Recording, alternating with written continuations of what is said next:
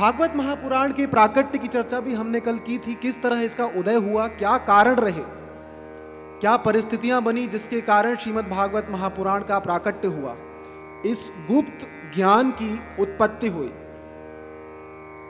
उसमें शौनकादि ऋषियों का सूत जी के पास जाना, ये महाराज परीक्षित का 7 दिनों में मुक्ति पाना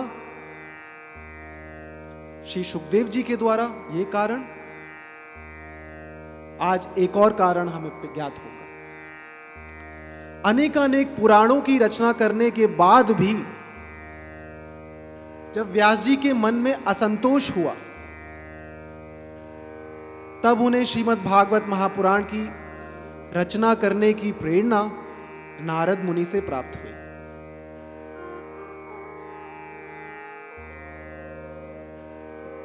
वेद व्यास जी ने इतने पुराणों की रचना की थी, विष्णु पुराण, महाभारत,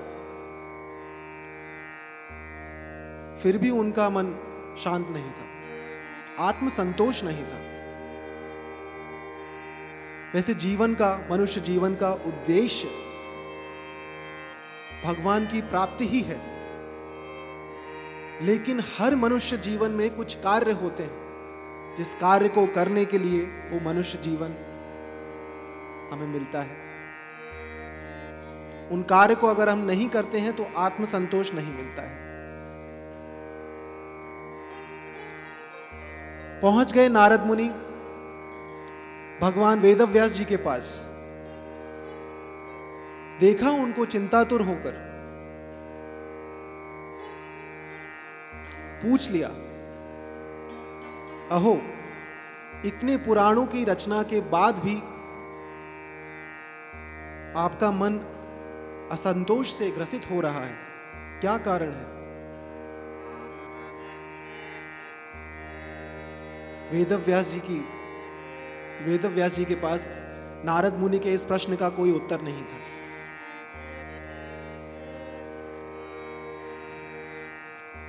नारद मुनि ने कहा, आपने भगवान के शौर्य की रचना की, शौर्य का वर्णन किया महाभारत जैसे पुराण में, उनकी महिमा का भी व्याख्यान किया, भगवान के सारे रसों को आपने पुराणों में उतारा, लेकिन भगवान की बाल लीलाओं का व्याख्यान करना आप भूल गए। ये भगवान की बाल लीलाएं ही हैं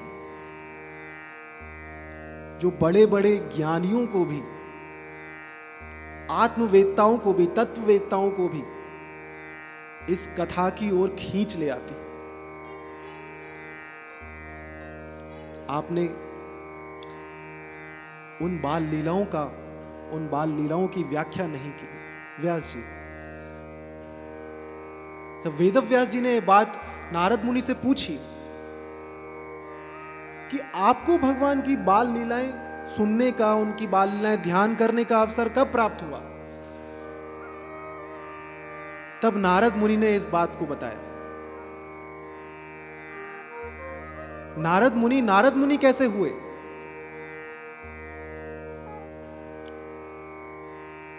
एक दासी के पुत्र थे जो ब्राह्मणों की सेवा में तत्पर रहती थी, और ब्राह्मणों के सेवा करने के कारण, स्वाभाविक सी बात है, ब्राह्मणों की जो सेवा करता है उनको भगवान का ज्ञान प्राप्त होता है। भगवान के विषय में थोड़ी बहुत ज्ञान की बातें नारद मुनि को भी, उस समय नारद मुनि नहीं थे, उनकी जिज्ञासा जागृत हुई भगवान को जानने की। लेकिन यहां पे संदेश क्या है? भगवान को जानने की जिज्ञासा हो तो क्या कर्म को छोड़ दें? नहीं।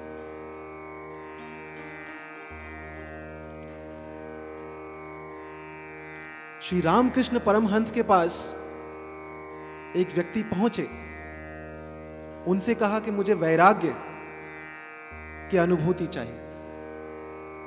तो रामकृष्ण परमहंस ने उनसे पूछा कि तुम्हारे घर पे कौन कौन है? तो उसने कहा, मेरी धर्मपत्नी है, मेरी मां है, मेरे पिता हैं बोले तो पहले जाओ, वापस अपने घर जाओ, अपने घर पर जाके अपने कर्म करो, जब उनसे तुम मुक्त हो तब मेरे पास आना। तो भगवान को प्रसन्न करने के लिए, भगवान का नाम लेने के लिए कोई एक ही तरीका थोड़ी ना है। आप जिस परिस्थिति में भी आपके जो कर्म है, आप वो कर्म करते हुए भी भगवान का नाम ले सकते हैं। नारद मुनि को भगवान के विषय में जिज्ञासा हुई जानने की, उसके बाद भी उन्होंने अपने मां के प्रति जो कर्म था उनका वो नहीं छोड़ा, मां की सेवा में तत्पर रहे। और एक दिन जब उनकी मां की मृत्यु हुई, तब उन्होंने उन्हीं भगवान को ढूंढने के लिए, भगवान को पाने की प्यास किसी को लग जाए तो वो प्यास, उसका अनुभव ही अपने आप में, शब्दों से तो वर्णन, प्रयास ही किया जा सकता है, अनुभव तो व्यक्ति को खुद ही करना पड़ेगा। यही प्यास महाराज परीक्षित को भी हुई थी। जब गर्भ में भगवान श्री कृष्ण ने सूक्ष्म रूप में प्रवेश कर ब्रह्मास्त्र से उनकी रक्षा की थी, तो जन्म लेने के बाद महाराज परीक्षित उन्हीं छोटे से जो भगवान को उन्होंने अपनी मां की गर्भ में देखा था, उन्हीं को ढूंढने में लगे थे।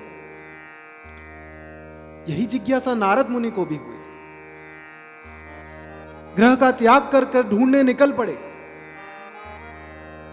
उस भगवान को जिसके बारे में उन्होंने ब्राह्मणों से सुना था। उस जिज्ञासा को लिए दर दर भटके, एक वृक्ष के नीचे जाके फिर बैठ गए और ध्यान लगाए। थोड़े समय के लिए भगवान उनके अंतःकरण में प्रकट हो गए। प्रेमाश्रुओं की झड़ी लग गई नारद मुनि से, और भगवान ने उनको कहा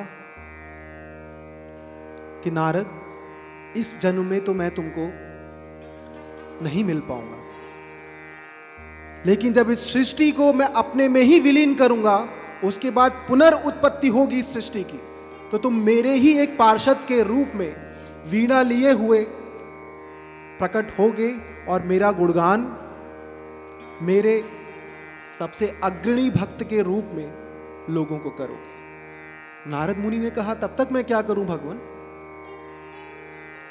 तब तक मैं क्या करूं?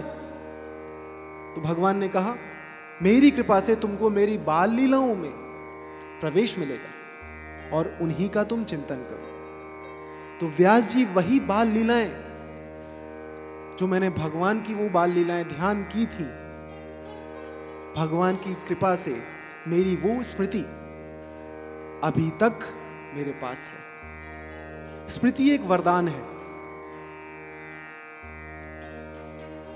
आज के युग में हम लोग स्मृति विहीन हो जाते हैं, बातें ध्यान नहीं रहती। भगवान का भजन, भगवान में मन लगाएं तो ये वरदान भगवान देते हैं, स्मृति का वरदान। तो यही वरदान भगवान की कृपा से नारद जी को प्राप्त हुआ, जिसके कारण उनको भगवान की बाल लीलाएं याद थी, और इसी की प्रेरणा से वेदव्यास जी को भी नारद मुनि के द्वारा ये ज्ञान प्राप्त हुआ और उन्होंने श्रीमद् भागवत महापुराण की रचना की।